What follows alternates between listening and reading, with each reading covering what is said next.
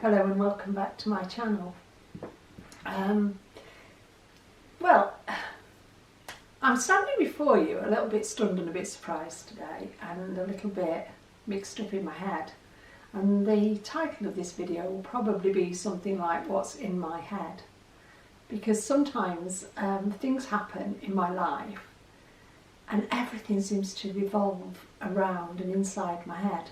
And yeah, a couple of things I want to talk about, but I'm going to talk firstly about my results this morning, going to group and standing in the queue. Now, before I got to that stage, I was saying to Joe, I really can tell I've had a gain this week. Hasn't been a wholly bad week. Last Saturday wasn't perfectly on plan, and another one incident in the week. But I could say out of all that, I have probably had 18 or 19 meals on plan, and not felt bad about what I was eating, thoroughly enjoyed what I was eating.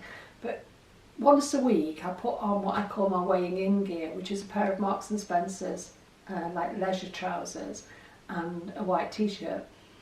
And I can generally tell by, my trousers are a size 8, and I can generally tell by the waistband, because they've got quite a deep waistband on my trousers, just how I'm sitting that week. And when I put my trousers on this morning, and it's the only time I ever wear them for group, I said to Joe, I can tell I've had a gain, and I've been feeling fat in my head all week.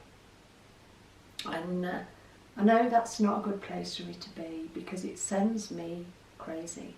It sends me into either overeating mode or dieting mode.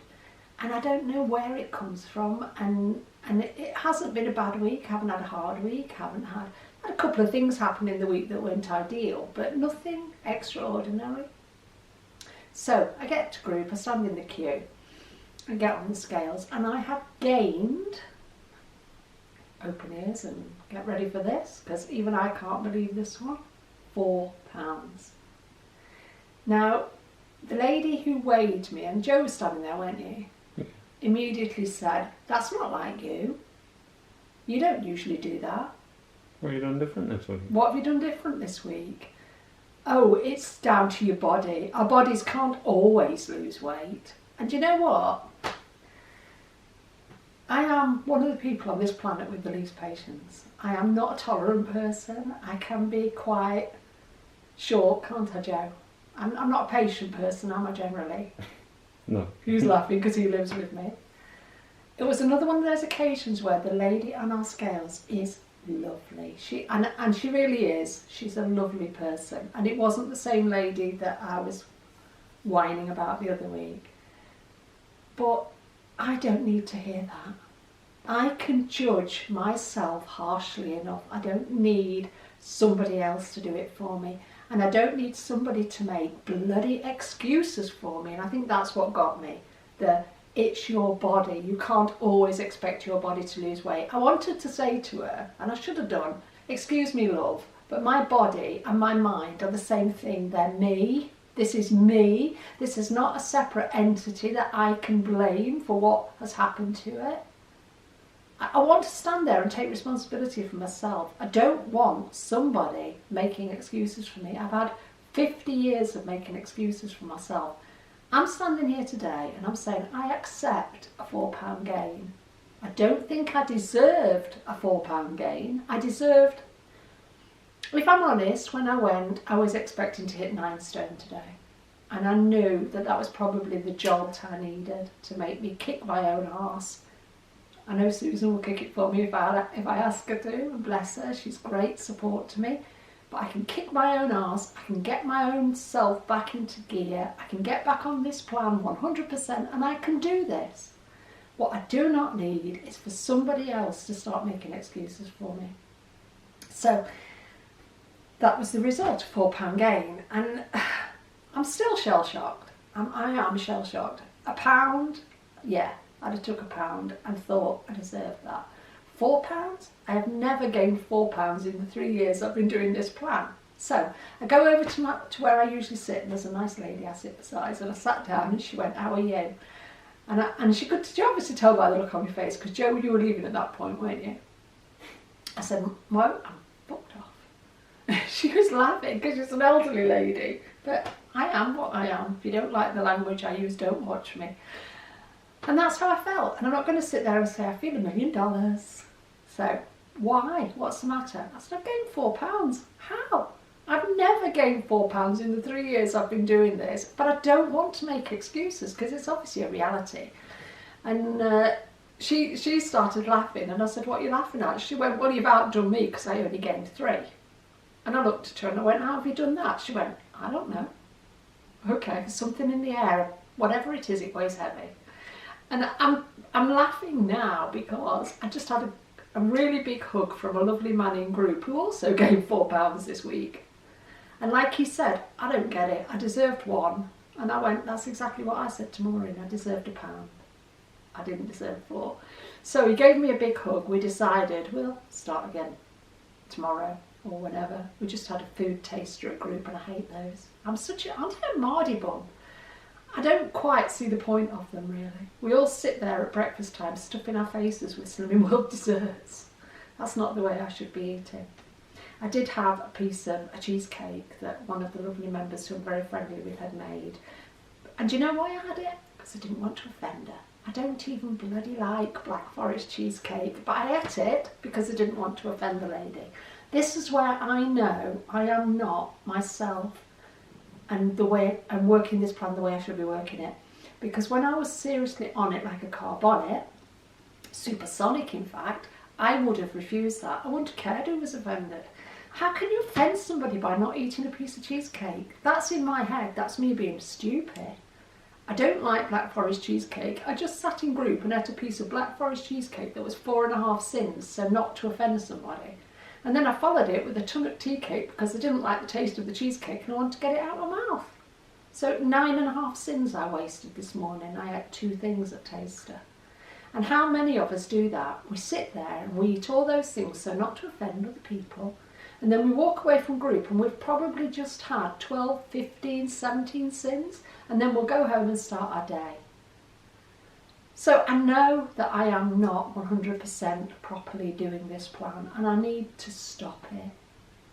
Yeah, this morning I've hit 9 stone 3. I was talking to Naomi because we don't do image therapy when it's like Man of the Year or whatever, and I was talking to Naomi and she said, what do you think has sent you this way? And I said, I think it's the other week when I hit 8 stone 8 and got my 5 stone loss at group. I was over 13 stone in total. I said, I think that actually did something to my subconscious because I never expected to get that. I didn't aim to get it. I knew if it would happen, it would happen. But I got it with quite a big loss that week and that wasn't a genuine loss. Like, it happens. We all get unexpected losses and gains. And I'm not trying to make excuses. This is just the reality of my week. So, like, what's in my head now? I don't know. I really don't know, but I do know I need to be on plan.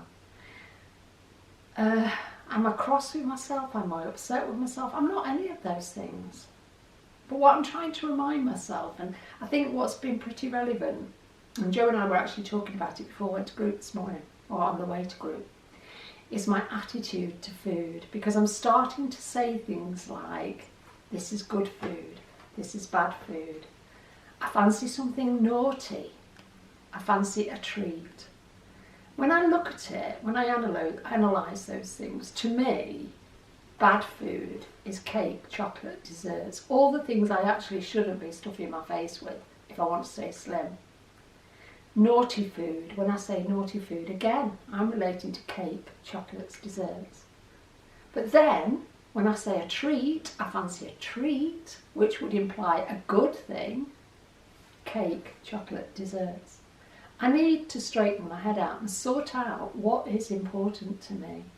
Because I can't have it always. I can't say, I don't like the word naughty actually. I'm very good at being naughty in lots of ways, but it's not a word I don't like it. I suppose bad. When I'm talking about being naughty, I'm talking about being bad. So bad food, good food, treat food. It always comes back to being the same things. And I need to get a straight list in my head of what I am eating and what I'm not eating and keep dipping my toe in the water. Stop keep saying it's all right to have a treat. I've done well. I actually said to Joe the other day, I think what I'm going to do is on a week when I've had a loss or a maintain, I'm going to have a treat. What does that mean to me? That means I'm going to have chocolate. What happens to me when I have chocolate? I want more chocolate. Then it becomes naughty. But it's the same substances all the time. I can't have it always. It can't be a treat, naughty and bad.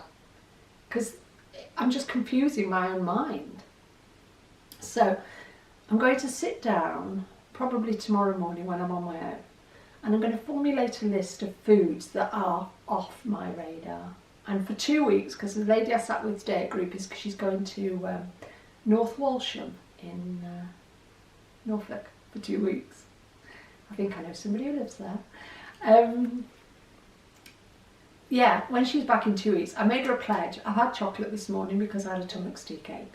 Waste of 5 cents. I made her a pledge that from tomorrow until she comes back in a fortnight, no chocolate will pass my lips, because we decided after chatting about it, chocolate is my kryptonite. It's also going to be the death of me, and it's going to be the thing that makes me fat again. Standing in front of you this morning, I feel like I've gained £1. I don't feel like I've gained £4, but I am not comfortable in my body. I'm comfortable in my clothes. I've got on my size 10 jeans and my size small jumper. That's fine. But if I carry on doing what I'm doing, I'm going to be standing here in front of you in a new outfit, and I'm going to be saying, I've got on my size 14 jeans and my size medium jumper, I feel great. Well, I won't feel great at that stage, because that's not where I want to be. That's fabulous for somebody else, because it's where they're comfortable in their body, but it's not where I'm comfortable in my body. So, yeah, I need to make a change. I also made a really big mistake this week with a friend. I'm not going to go into the circumstances of what happened. I was out with a friend, things were said, and we had a pleasant evening out. But I took it upon myself to then text this friend and say what I thought was a genuinely kind comment. I'm not going to say what I said or why I said it, because it wouldn't be appropriate. But I did that, and I got a text back from my friend who had totally misunderstood what I was trying to say. And this is the danger of text and social media, isn't it? Very easy to misunderstand somebody. And this friend said to me, you are judging my worth by my size. Because I had said to my friend about trying not to regain weight that we had lost, because we're worth more than that. And she said, she took it that I was judging her size as her worth. I wasn't doing that, but what you need to be is very careful about what you say, and I suppose a lot of the things I say on here can be misinterpreted.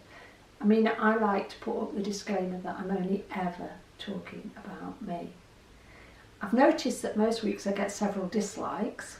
That doesn't bother me at all.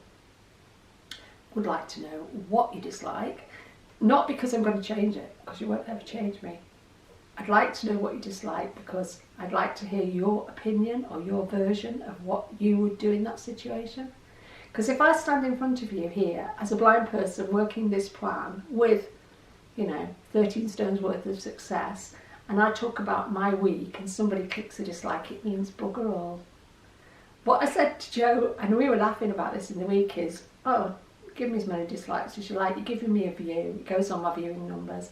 If you really dislike me that much, don't watch me. Because all of these things build up in my mind towards like, oh, do I give a sod? And yes, I do, but I'm not bothered by it. And this week has been one of those weeks where there's been so many little things that have been irrelevant things that can actually build up in your mind and get blown out of proportion. And then by the end of the week, you're thinking, what's actually in my head? And I know that my head goes wappy when I'm not eating properly. And Joe talks to me about the fact that what we eat has such an effect on our gut, and our gut is our second brain. So all of these things are interlinked. And I know there's a lovely lady who watches my channel called Marcia. And Marcia talks about self-medicating with food rather than over-the-counter medication or prescribed medication. And there is so much sense to that. But what I found this week is, because I have chosen to eat things off plan, which always start with chocolate with me, that my thinking is going back to being stinking thinking. I'm not thinking straight. So today really has been a good kick up the bum for me. I'm feeling positive moving forward. I'm not feeling negative. My consultant is going on holiday she'll be away for 2 Saturdays. We have a stand-in who's very nice. But immediately there my brain goes to different scales, way differently. It's all rubbish. It's all down to what I choose to put in my mouth on a weekly basis. So I've come to you today in a very sort of, it might sound awfully jumbled and dysfunctional and everything. I know what I mean. That has been my week.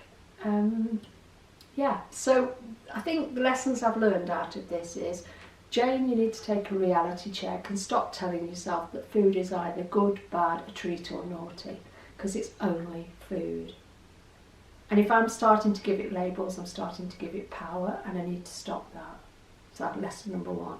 Lesson number 2, probably better off to mind your own beeswax. When it comes to sending people texts that you think are supportive, just be careful what you say, because people can take it the wrong way, and then it can come back at you like a ton of coal, and you end up feeling crap for something you meant as a kindness.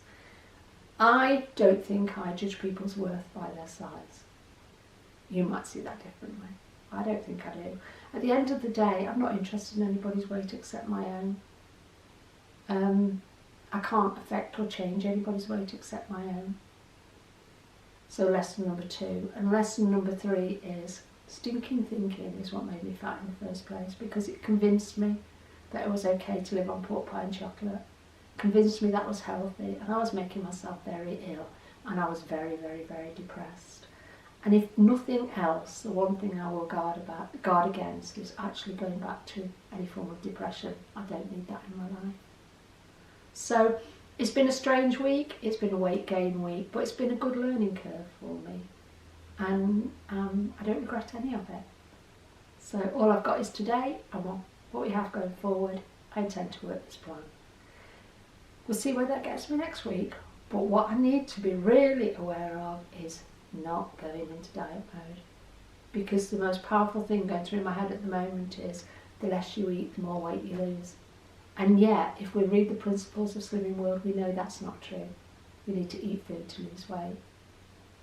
So yeah, that's all I'm bringing to you today. We've got a busy day, we need to crack on, we've got places to go and things to do, people to see or whatever. And thank you for watching. Thanks for taking the time to listen to my ramblings. If you've got anything you want to comment on, add it below. Really appreciate it. And we'll see you next Saturday. Have a good one. Bye.